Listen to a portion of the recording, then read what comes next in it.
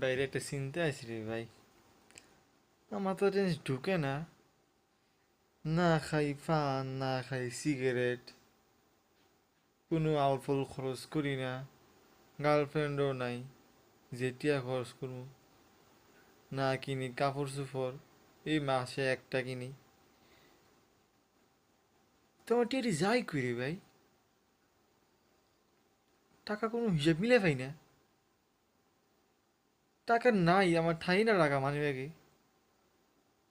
মাঝে মানি ব্যাগে রাখবো না, টাকা পয়সা কই যায় নিজেও বুঝতে পারি না।